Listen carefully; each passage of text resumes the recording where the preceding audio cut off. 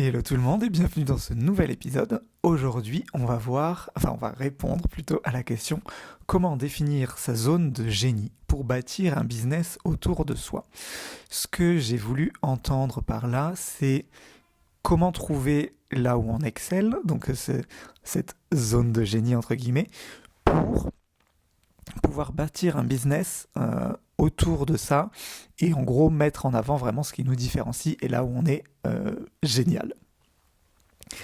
Avant de commencer, on va définir rapidement ce que c'est la zone de génie. Je ne sais pas si c'est un terme que il me semble avoir déjà entendu, mais ça se trouve, je me le suis réapproprié ou tout ça, donc on va juste mettre au clair ce que j'entends par là. Imaginons un triangle qui représente toutes nos compétences et tout ça. On a en bas, donc la partie la plus grande du triangle, qui est notre zone d'incompétence. D'incompétence, là où on est incompétent. Donc c'est toutes les choses qu'on ne sait pas faire et désolé de vous l'apprendre, mais il y en a beaucoup. Du moins, il y a plus de choses qu'on ne sait pas faire que de choses qu'on sait faire. Et c'est pour ça que cette partie-là est la plus grande. Juste au-dessus, au milieu du triangle, c'est la zone de compétence. C'est ce qu'on sait faire correctement, on sait le faire ok, mais sans être vraiment génial. Là, il y en a donc un peu moins, mais il y en a quand même quelques-uns, des choses que vous savez pas. Je vous demande pas Encore une fois, je parle pas de trucs où on est le pro. Je parle de trucs qu'on sait faire, changer une ampoule pour moi, wow, grand garçon. Enfin bref. Et au-dessus de ça, la pointe en haut du triangle, c'est la zone de génie. Donc c'est ce qui vous différencie vraiment. Et c'est là où vous êtes très très bon. C'est votre... il y en a quelques compétences clés où vous êtes vraiment très très bon. Donc on va voir aujourd'hui comment définir cette zone de génie, comment la trouver, parce que on n'est pas toujours très objectif sur soi, et surtout, c'est pas forcément la chose à laquelle on pense directement. Je vous le raconterai petit à petit au cours de l'épisode, avec quelques exemples pour mon cas à moi. Mais vous verrez que c'était pas du tout ce que je pensais en fait. Donc la première méthode pour définir sa zone de génie, ça va être de trouver une compétence différenciante. Trouver une compétence différenciante, c'est trouver une compétence que vous avez et que la plupart des gens n'ont pas. Alors compétence, j'ai mis dans ce même paquet, ça peut être aussi un accès à des personnes.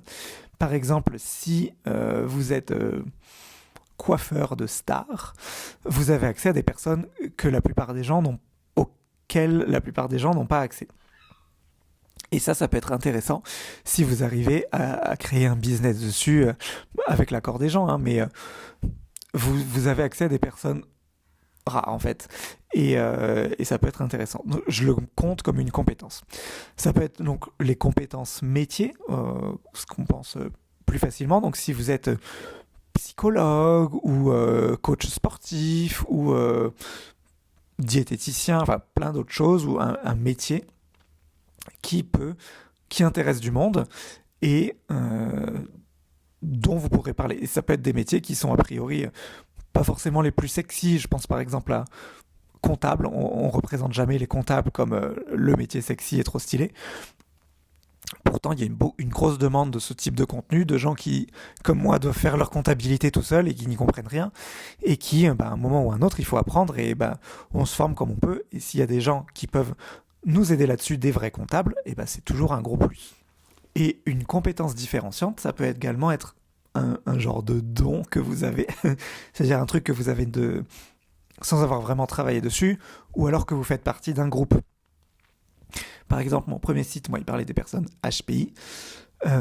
J'ai pas de compétences particulières là-dessus, parce que quand je l'ai démarré, maintenant je m'y connais bien, mais j'ai pas un métier, je suis pas psychologue, je suis pas formé pour accompagner des gens sans être psychologue, je suis pas coach, j'ai pas de formation de coach ou tout ça.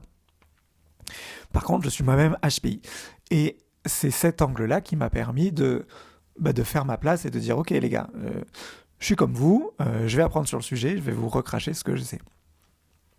Avec le recul, maintenant, je me rends compte que c'était une bonne approche, c'est intelligent, mais être psy aurait été encore plus fort, je pense, notamment parce que d'un point de vue business, j'aurais pu vendre plein d'autres choses que seuls les psys sont habilités à vendre. Et surtout, une bonne partie de ma clientèle et de mon audience de là-bas, ce dont ils ont fondamentalement besoin, c'est à mon sens, c'est d'un suivi psychologique que je ne suis pas à même de faire. Mais bref, ça c'est un autre sujet. Pour ici, ce que vous êtes en train de suivre, donc la partie business bacon, là c'est plus une compétence un peu métier que j'ai eue parce que j'ai appris sur le tas à monter un site web, à gagner de l'argent avec un site web, avec une chaîne YouTube et tout ça. Et c'est une compétence que j'ai acquérie et et dont je parle maintenant via ce site-là. Donc votre zone de génie, ça peut être une compétence que vous avez qui est rare, ou qui vous différencie du moins de la plupart des gens. Alors attention, petit point à avoir en tête, vous n'avez pas besoin d'être le meilleur expert du monde entier pour pouvoir en parler. Moi je suis pas du tout le plus grand expert des HPI, pas du tout le plus grand expert du business web, mais j'en sais plus que 99% des gens. Et il y a 1% des gens, enfin peut-être 5, j'en sais rien dans les pourcents, mais qui en savent plus que moi, si on prend l'ensemble de la population mondiale. Et parmi ces gens-là, il y en a qui en savent, mais 1000 fois plus. Mais objectivement, j'en sais plus que la plupart des gens, et c'est ça qui me rend à même d'aider beaucoup de monde. Donc, vous pouvez avoir, même si vous avez une compétence et que vous vous dites oui, mais je suis pas le meilleur dessus, c'est pas grave. Oui, vous n'êtes pas le meilleur. A priori, vous serez jamais le meilleur. C'est pas grave. Parce qu'il y aura toujours meilleur que soi sur un truc. Et c'est comme ça. Mais juste, vous êtes meilleur que la plupart des gens et c'est ça qui compte. Deuxième point, c'est de demander, pour définir sa zone de génie, c'est de demander à des proches. Et c'est là que moi j'ai été assez surpris, que mes proches m'ont beaucoup aidé en m'expliquant qu'en fait j'étais très bon pédagogue. Apparemment, sans me jeter des fleurs, je suis bon pour expliquer un truc compliqué et le rendre simple. C'est une qualité que j'ai. Ça correspond plus parce que moi j'adore expliquer les choses. Et du coup, demander à vos proches pour avoir cet œil extérieur, c'est bien, surtout que c'est quelque chose que j'y aurais pas forcément pensé. Ça me serait pas venu en tête, en fait, ce truc. Alors, si possible, demandez à des gens qui sont objectifs. Par exemple, si je demande à ma maman, c'est quoi ma grande qualité elle va pas du tout être objective là-dessus. Mais demandez à des gens qui vont vous répondre sincèrement là où vous êtes bon, là où vous êtes moins bon, quelles sont vos compétences. Et ça, vous verrez que ça peut être des compétences. Pour moi, en tout cas, ça a été des points qui ne sont pas vraiment des compétences, mais plus des qualités de personnes ou des choses comme ça. Et ça, c'est intéressant à l'avoir en tête aussi. Si jamais vous avez déjà une audience, c'est cool de leur demander, parce que eux, ils auront vraiment... ils vous connaîtront uniquement avec votre image publique. Et c'est bien d'avoir leur avis. Alors, ça peut se faire via un sondage, ou juste si vous envoyez des newsletters à un moment, vous leur demandez, vous dites, pourquoi vous me suivez, qu'est-ce qui selon vous fait ma différence, demandez de la manière qui vous convient, mais avoir leur retour est très très utile. Autre idée, axe pour définir sa zone de génie, ça peut être d'analyser votre parcours, ce qu'on vous a fait comme retour par le passé, et là où vous étiez bon, pas bon, là où vous vous êtes senti bien ou pas bien. Donc, pensez, la plupart des gens que j'accompagne, ils font ça en reconversion professionnelle. Donc, ils ont déjà eu une vie professionnelle avant. Et ça vaut le coup de se remettre dans les bottes de cette vie professionnelle passée pour voir, en gros, sur quoi on était souvent félicité et sur quoi on était moins bon. Par exemple, de mon côté, moi, j'ai toujours été quelqu'un de très organisé. Très... Comment dire ? Je passais très bien à l'oral, pour autant j'étais très timide. C'est des retours qu'on me faisait assez régulièrement. Et c'est ce que j'arrive à mettre un peu à utiliser là, c'est-à-dire que mon organisation, ça c'est facile pour moi parce que de programmer du contenu à l'avance et tout ça, parce que je suis bon dans l'organisation. Et le côté à l'aise à l'oral, présenter bien et tout ça, ça a été facile quand j'ai fait de la vidéo YouTube, quand là je fais du podcast, j'arrive en fait, si on me donne un sujet, j'arrive à en parler, vous verrez peut-être il y a des phrases que je vais dire qui vont servir à rien, mais j'arrive à faire passer mon message à l'oral, Et le côté timidité, là, vu que moi, au moment où j'enregistre ça, je suis dans ma chambre, enregistré, je suis allongé sur mon lit avec un micro. Franchement, c'est très, très chill. Si je devais faire la même présentation en live, ce serait pas du tout la même histoire. Là, je suis seul devant l'ordi avec un micro. Enfin, c'est la timidité, franchement, là, elle va très bien. Et je la trouve très facile à gérer. Si on se voit dans la rue ou un truc comme ça, je vais être vraiment beaucoup plus distant parce que je suis un grand timide.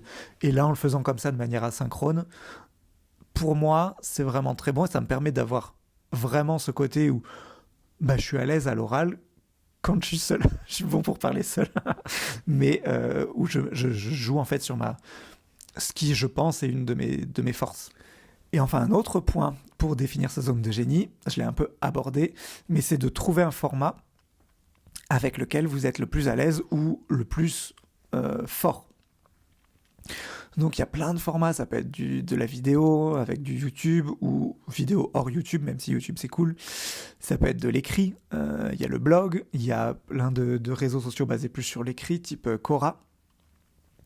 Vous avez les éléments visuels avec Pinterest, avec Instagram, vous avez de l'audio avec le podcast, vous avez des mix entre tout ça. Enfin, c'est vraiment trouver un format qui correspond à vos forces et exploitez-le. Alors, de mon côté, moi, si on fait un peu le récap de tout ça, c'était vraiment expliquer des choses compliquées de manière simple à des personnes qui débutent parce que j'ai un peu un genre de syndrome de l'imposteur où, comme je vous le disais, moi, j'apprends tous les jours sur ces sujets-là d'entrepreneuriat web et tout.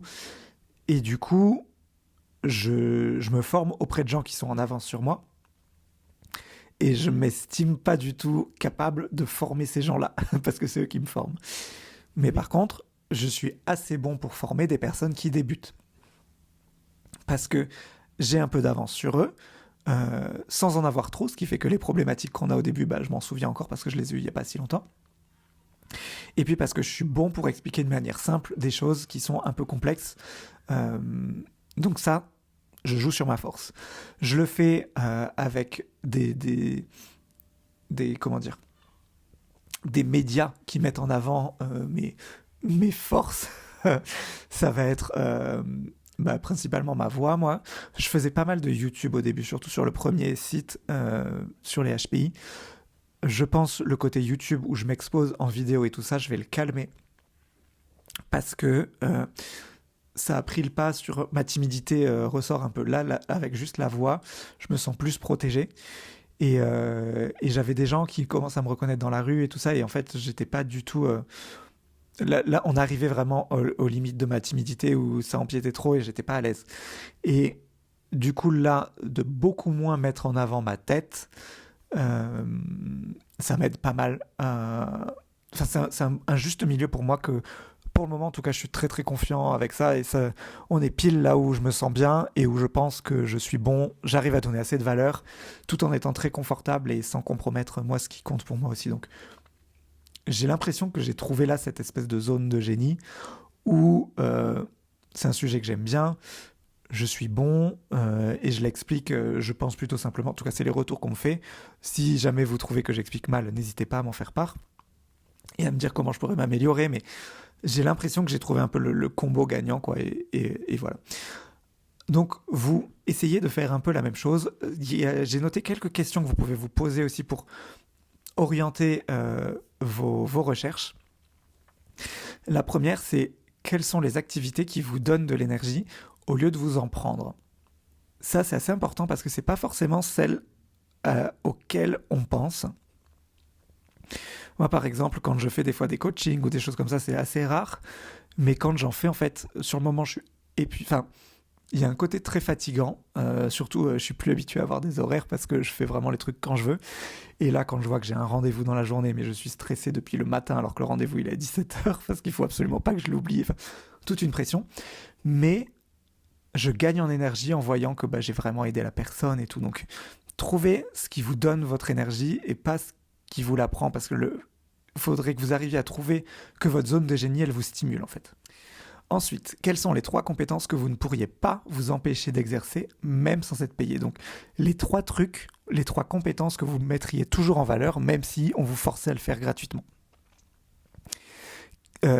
Troisième question. Si vous ne deviez transmettre qu'un seul savoir-faire au monde, lequel ça serait ? Moi, j'adorerais que tout le monde puisse être indépendant et vivre de sa passion. C'est ce qui me... Enfin, vivre de sa passion, vivre d'un truc qui lui plaît, sans forcément être dans la passion. Je vous renvoie pour ça à l'épisode précédent. Mais franchement, je kiffe tellement ce que je fais depuis quelques années, là où j'adore mon quotidien et tout ça, que j'ai envie que tout le monde y arrive et j'ai envie de le transmettre. Et dans mon entourage, j'aide plein de monde. Je ne suis pas payé pour ça, mais franchement, j'ai envie d'apprendre cette compétence à tout le monde, quoi. Et dernière question, quelle est la transformation que vous pouvez apporter aux autres uniquement grâce à votre manière de faire ? Donc là, c'est un peu... si les gens, ils voyaient comment vous faites les choses, comment est-ce que ça... Enfin, est-ce que ça pourrait les transformer ? Comment est-ce que ça pourrait les transformer ? Quelle est votre vision un peu particulière ? Dans quel sujet, quelle thématique vous avez une vision qui apprendrait beaucoup de choses aux gens s'ils la connaissaient et s'ils la partageaient avec vous. On arrive à la fin de cet épisode. J'espère qu'il vous a un peu aidé quand même à trouver votre zone de génie. Si jamais vous avez des questions ou que vous voulez me faire part, vous, de vos compétences ou des trucs où vous êtes nul, ça marche aussi de procéder par élimination. Soit, dites-le moi en commentaire ou enfin, je sais pas trop comment ça marche selon les plateformes. Je crois que YouTube, il y a les commentaires. Podcast, je crois qu'il y en a pas, ou alors ça dépend peut-être de là où vous l'écoutez, j'en sais rien. Mais vraiment, faites-moi part de vos retours. Comme je vous le disais, j'aime bien être solo et tout dans ma chambre, mais j'aime bien aussi discuter avec des gens. Donc, parlez-moi, racontez-moi ce qui vous arrive, où vous en êtes dans votre aventure entrepreneuriale, et on se retrouve très vite.